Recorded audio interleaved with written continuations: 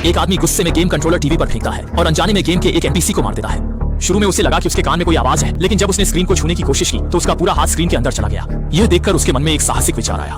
बिना कुछ कहे वह तुरंत गेम में कूद गया। जब उसका दोस्त जांच करने आया तो पाया कि अवेई पहले ही गेम में एनपीसी बन चुका था।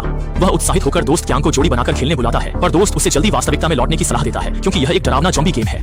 बात खत्म होते ही एक ज़ॉम्बी अचानक बाहर आकर अवेई की गर्दन पर हमला करता है। जब अवेई ज़ॉम्बी के हमले से मरने वाला था, संकट के समय क्यांग ने तुरंत कंट्रोलर उठाया और गेम कैरेक्टर को नियंत्रित करके ज़ॉम्बी पर हमला किया। मात्र 2.5 सेकंड में उसने सभी ज़ॉम्बी को खत्म कर दिया। खतरे का एहसास कर अवेई वास्तविकता में लौटना चाहता था, लेकिन क्यांग ने उसे रोका, क्योंकि वह पहले से ही भयानक ज़ॉम्बी वायरस से संक्रमित था। अगर वह वास्तविकता में लौटता तो जरूर एक ज़ॉम्बी संकट पैदा होता।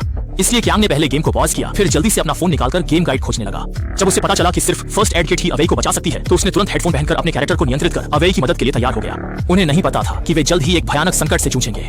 आदमी अचानक गेम की दुनिया में प्रवेश कर गया और उसे ज़ॉम्बी के हमले का सामना करना पड़ा।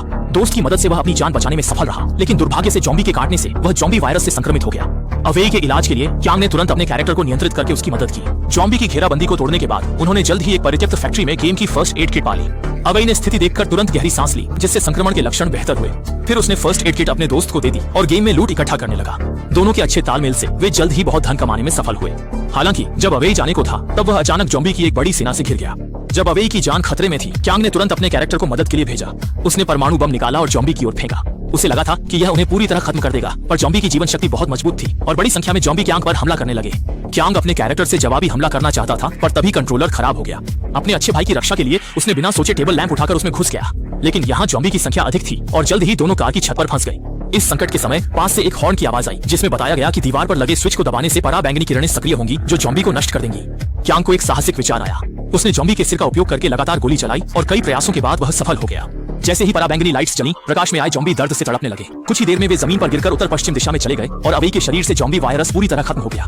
हालांकि जब दोनों को लगा कि वे आसानी से वास्तविकता में लौट सकते हैं, तब उनके रूममेट ने टीवी बंद कर दिया। इस तरह दोनों फिर से गेम की दुनिया में फंस गए। मजबूरी में उन्हें दूसरा रास्ता खोजना पड़ा। सौभाग्य से एक दूसरे घर में 3 लोगों ने इसी गेम को चालू किया था। दोनों ने इस मौके को देखकर बिना देर किए गेम की दुनिया से बाहर आ गए। लेकिन दूसरी ओर उनका मित्र इतना भाग्यशाली नहीं था।